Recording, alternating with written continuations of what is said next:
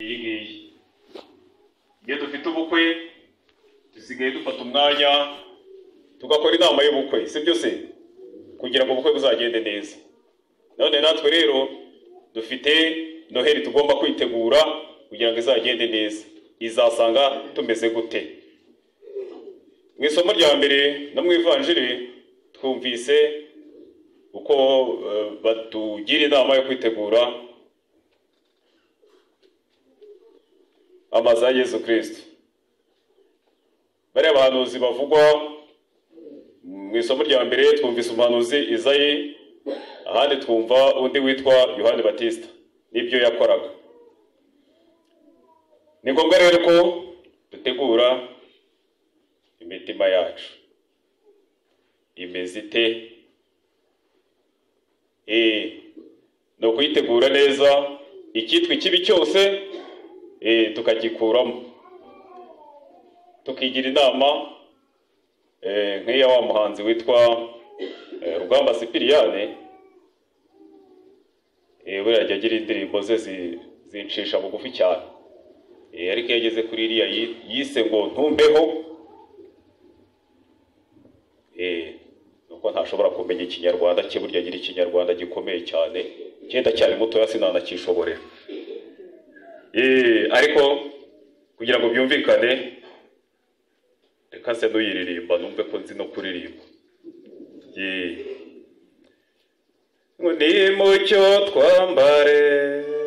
twambarire kubimena, njyewe ubu nahisemo ndatwazangana imbere, nushaka unkurikire mu runana rw'imihigo, turishinge turahire yuko tuzahora dukunda ibyiza, ubutabera n'amahoro, urukundo n'ubupfura, ubukire bwange ibyo ndabugaya ntumpeho. Washyira muri korali nabishobora se? Mwumvise nabishobora? Murakoze. Yego. Hanyuma ariko noneho ikikwiye kuba mu mitima yacu ni ubutabera, ni amahoro, ni ibyishimo, nk'uko Rugamba yavuze ngo uwumva abuze ibyo ngibyo ukumva ukeneye ibindi nakubwira iki? Ijyanire ntumpeho, yewe n'inzu yanjye tuzasigiza Imana byonyine, si byo se? Ibyo ngibyo umuntu yabivuga gutyo mu isomo rya mbere. Hanyuma noneho umuririmbyi wa Zaburi anyuze ahangaha adufasha kwinginga Nyagasani kugira ngo atwereke impuhwe ze, kwa kundi yabiririmbye neza cyane muri Zaburi ya 85 umuduko wa 84. Indirimbo nziza nka ziriya zitumira Nyagasani mu mitima yacu, ubundi nizo zari zikwiye. Nubwo nsigaye njya numva kuri ariya maradiyo yateye ubu ngubu, niba yarateye nayashinzwe da, aba mvuze nabi, nayashinzwe. Yego hari indirimbo zijya zicaho cyane urubyiruko, ariko ntimubabwire bataza kunkubita imigeri n'itahira. Hari ibiririmbo bajya baririmbaho ugasanga batwawe, nkayoberwa icyo bari no kumvamo kikanyobera. Abakobwa bafite ubushyuhe n'abasore bafite ubushyuhe. Namwe mwarabyumvise ko munsetse se? Ko munsetse namwe mwarabyumvise? Maze rero Abanyarwanda baratubwiye ngo ibijya gushya birashyuha. Abo bafite ubushyuhe nonaha ejo bazashya, nibashya kandi bazatokombera bahinduka ivu, ubwo nibatumuka ntumbaza bazagarukira. Ikizima no kugaruka none ahangaha tukisagira Uhoraho, si byo se? Naho ubundi ibitari ibyo ngibyo ndetse gukomeza kuzumva cyane nizo zizatuma ahubwo bata n'indangagaciro bari bifitiye, ugasanga batayikuzo bari bafitiye Uhoraho kandi yabahanganye. Mu isomo rya kabiri nabyo badusabye kutarambirwa muri ibi bihe. Twakomeje kubyumva Petero intumwa abivuga yuko na kera na kare bamwe twumva n'ubu ngubu bavuga ngo igihe bahereye bavuga ngo Yesu Kristo azaza, nimujya mubumva namwe, ntitubumva twese. No ku gihe cya Petero nabyo byaravugwaga, ariko noneho niyo dutegereje igihe umuhanuzi Izayi yavugiraga ko Yesu Kristo azaza ku isi akavuka nk'umuntu nkatwe, hashize imyaka igera hafi mu bihumbi 4 gutyo. Nyamara ndakeka nubwo ngende mu batoya, ariko abaturuta aha ngaha bahari ndakeka abana nta urengeje imyaka 120. Ari urimo ufite nk'I120? None se ko bategereje bakageza ku myaka 4,000, yewe naho ivanjiri itangiye kwamamazwa ku isi ndumva hashize imyaka 2023. Ubwo hakabaye hakibura nk'indi myaka 2,000 nyuma y'uko Yesu Kristo asubiye mu ijuru. Ariko noneho twebwe tukicara tukarambirwa ngo igihe bavugiye, turambiwe n'iki tugifite imyaka 40. Ibyo ngibyo iyo tumaze kumva tumaze kurambirwa, hahandi dutana tugatangira gukoresha ubutabera bwacu twahawe nabi. Naje nahangaha mbona ku musozi hameze neza rwose, nubwo tugishonje ariko bigaragara ko hari imyiteguro myiza yo kuzakora ku munwa. Ariko ibyo ngibyo ntibizatume tumera nka bimwe ya korali yo kuri Sainte Famille yaririmbye muri iriya myaka y'9-7. Murabizi twari turi mu bihe bitoroshye. Hari indirimbo yasohoye korali yitwa Umubibyi, yasohoye yitwa Ibihe Bikomeye. Hamwe bavuga bati twibuke ibihe bikomeye, akongera bati iyo amagorwa yaje turambaza, ariko ibyishimo byaza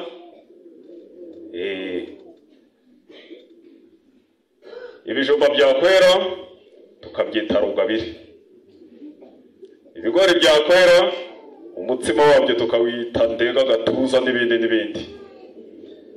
Nina habyarahageze, no umurengo ni mubi.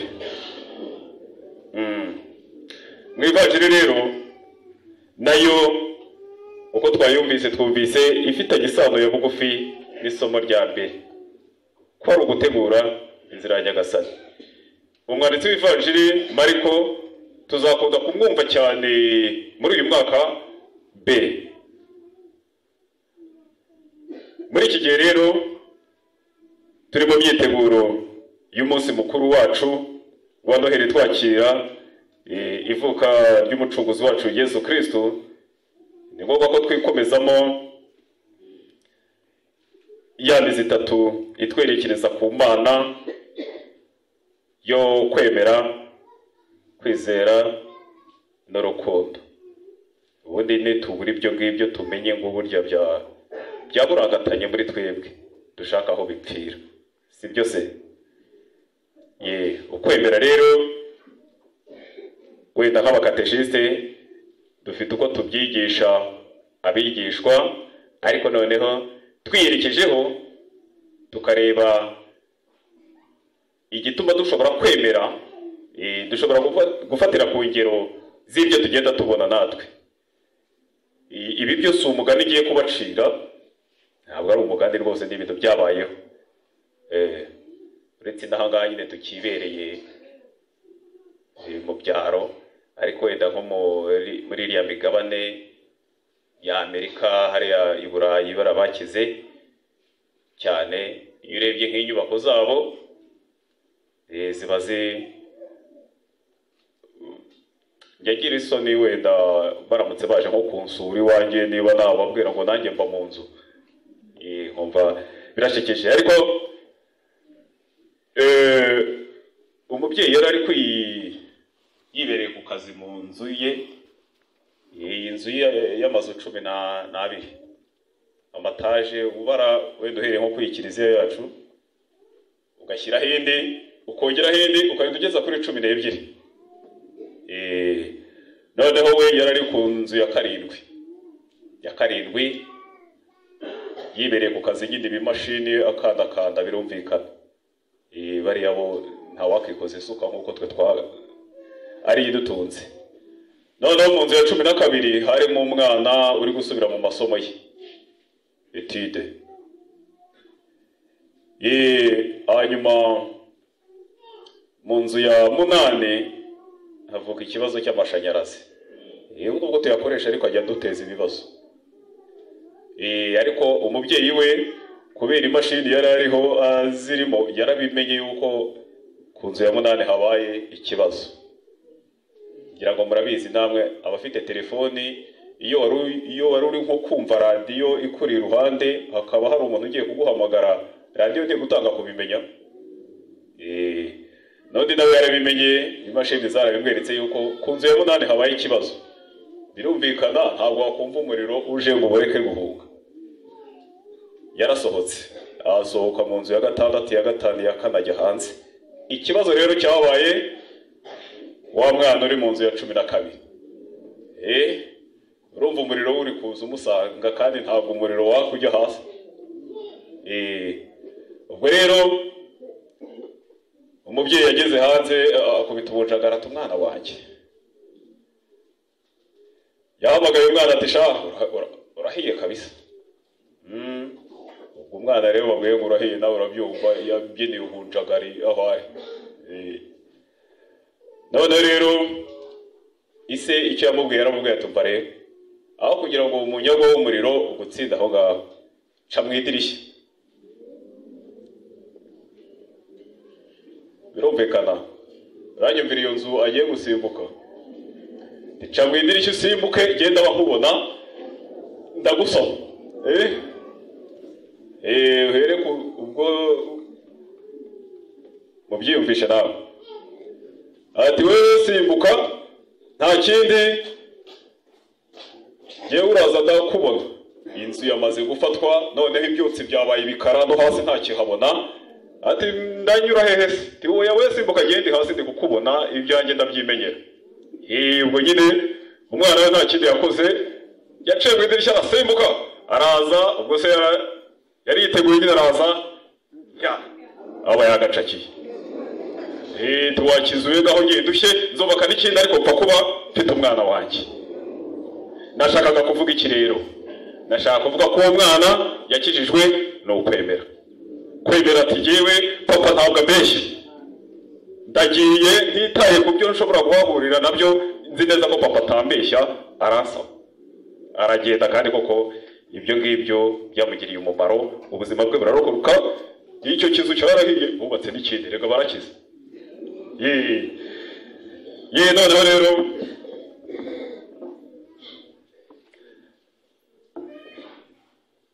niba uwo mwana yarabashije kugira uko kwemera kandi kukamurokora, twebwe Yesu ni utubeshya se? Habura iki ngo tumwemere? No gushakira hamwe rero muri umuhimbazo mutagatifu tukareba aho bipfira, maze tukabasha kunoza umubano wacu n'Imana. Yesu akozwe. Yego no kwizera no uko ngoko. Ni nk'ibyo. Hanyuma urukundo wa muhanzi witwa Rugamba, ubwo namwiyemeje niwe wigize yongera kuririmba ngo urukundo ni rwogere ndetse rugende rusange n'abatarugira. Sibyo turarufite se? Hari igihe nyafata ingero nkayirebera ababyeyi bacu batubyara bakera, nkabona igihe baturushaga urukundo kandi twebwe twibishyira ngo turi muri digital.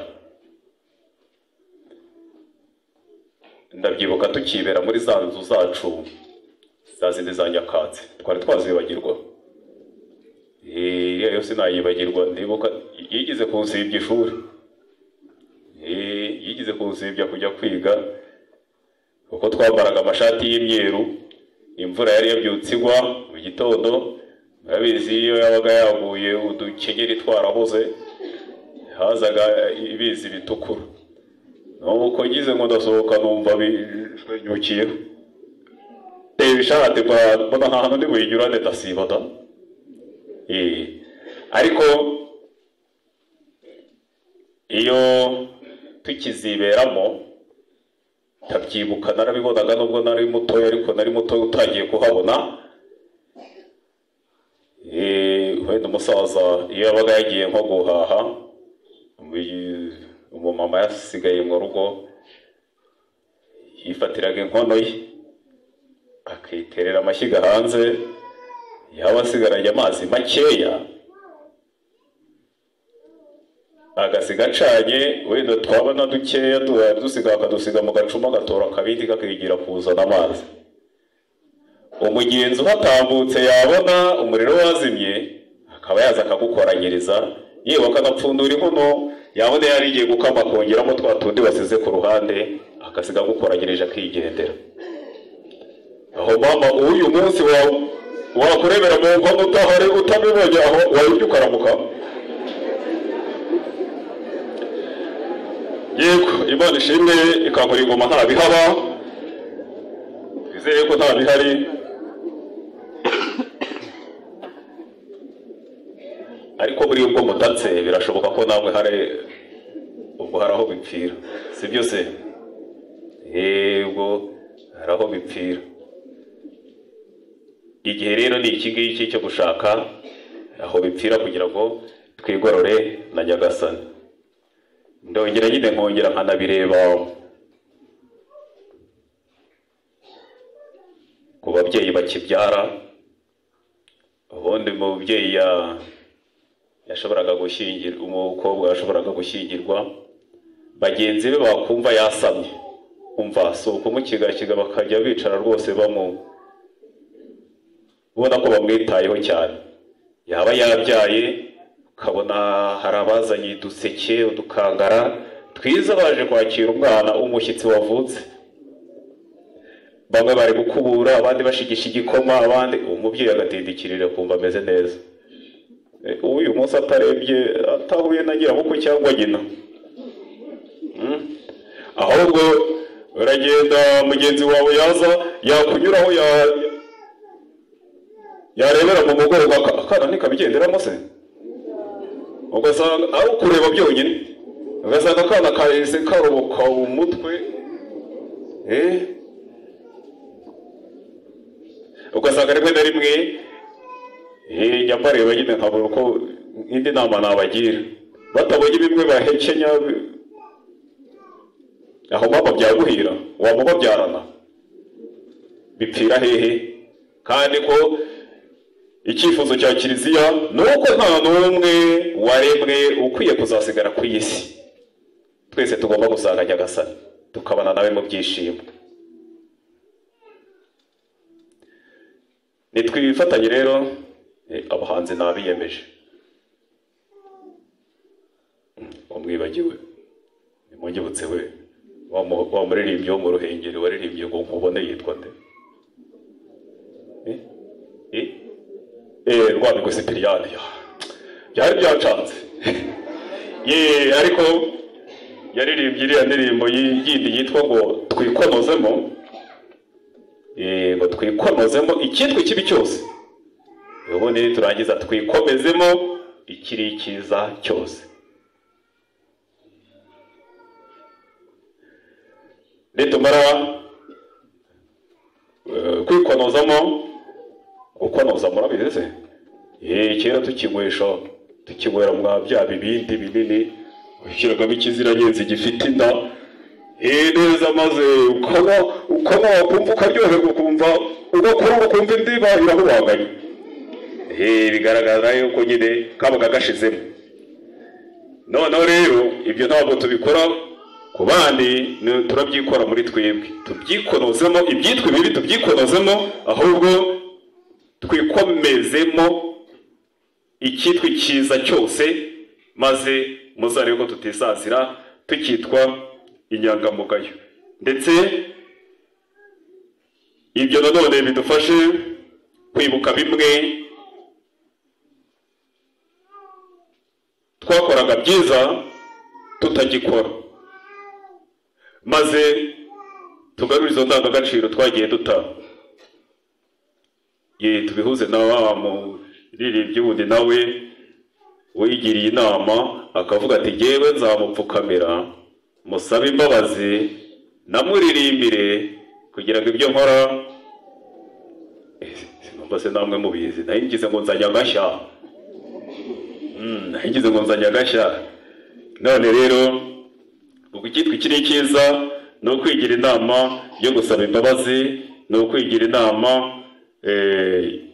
yo kutongera gushotashotagura icyaha ahubwo niba byarigize no kuba muri iki gihe cya diveni ndakeka dufite amahirwe yo kuzasurwa n'abasaserodote bakaza kudutagatifuza mu isakaramentu rya penitensiya aho byabaye nta gutindayo w'ibyo byaha twakoze nta kubihoramo nta kubitindamo ahubwo inama nziza ikwiye kudufasha kunoza umubano wacu n'Imana kugira ngo dutegure neza umunsi mukuru wa Noheli twumva tumerewe neza dutunganiye Imana umuremyi wacu tuba aribyo tugiranaho inama maze kandi tubyikomezemo bizatuma twitwa abagenerwa mu burage b'ingoma y'ijuru.